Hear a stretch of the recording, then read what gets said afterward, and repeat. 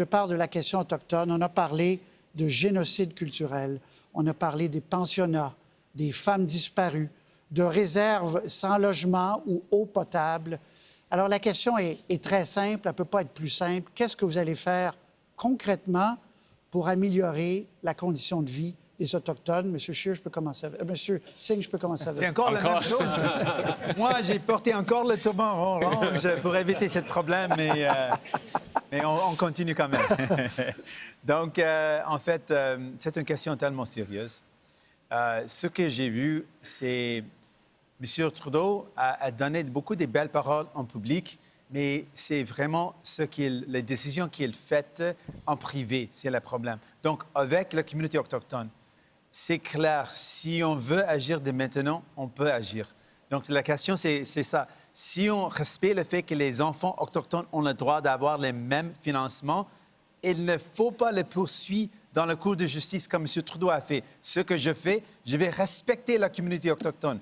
Ça, c'est primordial. C'est la première étape, c'est le respect et la dignité. Si on commence avec ça, ça veut dire qu'on mieux finance la communauté autochtone avec le financement égal. Très bien. C'est un débat. M. Scheer, M. Blanchet, allez-y, M. Scheer. Merci beaucoup.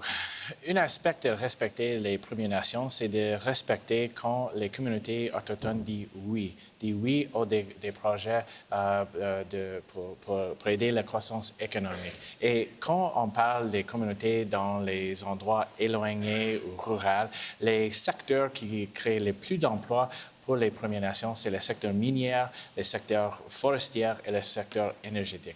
Et ça, c'est la raison pour laquelle j'ai dit que je vais nommer une ministre avec la responsabilité pour faire les consultations dans une manière dynamique pour assurer qu'on respecte nos obligations comme un gouvernement avec les traités. M. Blanchet. Les relations avec les premiers peuples sont marquées par un déficit de confiance parce que c'est ma compréhension, puis c'est la compréhension qu'on doit en avoir parce que ce sont de véritables nations avec les mêmes droits, privilèges, obligations et responsabilités que des véritables nations.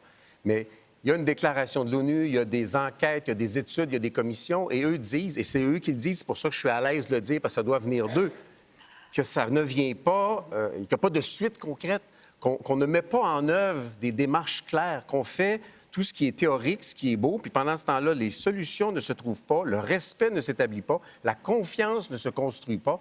Il va falloir modifier notre relation profonde avec les premiers peuples en disant que peuple ou nation, c'est pas un mot, c'est une réalité auquel ils ont droit, comme nous. Non, je suis tellement d'accord avec ce que M. Blanchet a dit. En fait, si on parle de respect, j'ai visité Grassy Narrows. C'est une communauté empoisonnée par le mercure.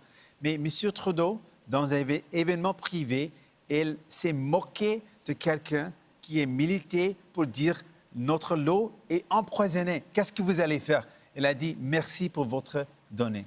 C'est complètement incompréhensible comment quelqu'un peut faire ça. Si on a visité cette communauté, on a vu les impacts de l'empoisonnement sur le corps des gens, comment les enfants tremblent à cause de cet empoisonnement.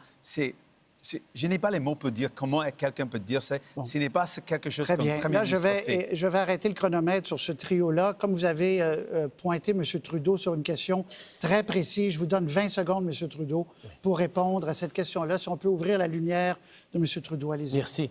Nous avons fait énormément pour investir dans les communautés autochtones à travers le pays. Nous travaillons justement avec la communauté de Grassy Narrows.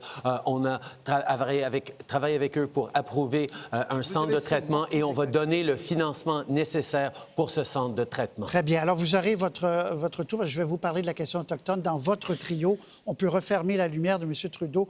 Je vous lance... C'est un peu choquant, là. On trouve des milliards de dollars pour acheter des oléoducs, puis on ne trouve pas l'argent après des années, puis des années, puis des années pour donner de l'eau potable à des communautés autochtones, indépendamment de la politique. C'est fondamental, c'est élémentaire. Un minimum de respect puis de dignité pour des peuples qui sont autant des peuples que nous, s'il vous plaît. Il faut reconnaître qu'à peu près tous les partis, pas à peu près, tous les partis se sont succédés et constatent que c'est très difficile de voir des améliorations concrètes. to share. En effet. Mais je n'accepte pas ça. C'est un défi, mais c'est essentiel que nous avons un gouvernement qui prend sa responsabilité sérieuse. Et ça, c'est mon engagement pour les Premières Nations. On va assurer qu'il n'y a pas seulement des investissements, mais un nouveau système pour assurer que l'investissement fonctionne. Ce n'est pas seulement une question d'argent, c'est aussi de rétablir les dynamiques dans les départements. J'ai proposé de moderniser les lois pour les Premières Nations alors qu'ils peuvent bénéficier des ressources naturelles sur les réserves et les choses comme ça. Vous, c'est les ressources naturelles la clé, selon vous, de la réconciliation?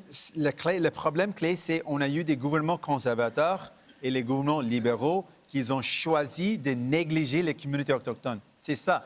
Ils ont eu la chance de le faire. S'ils veulent faire quelque chose pour les secteurs pétroliers, ils sautent pour acheter un pipeline. Ils sautent pour donner des milliards de subventions. Surtout dans la si vous faites quelque chose pour les premiers peuples, s'il vous plaît, faites-le avec les premiers peuples. Ne l'imposez pas de papa à Ottawa. Ils ont droit de participer aux choix et aux décisions. Très bien. Alors, c'est la fin de ce trio.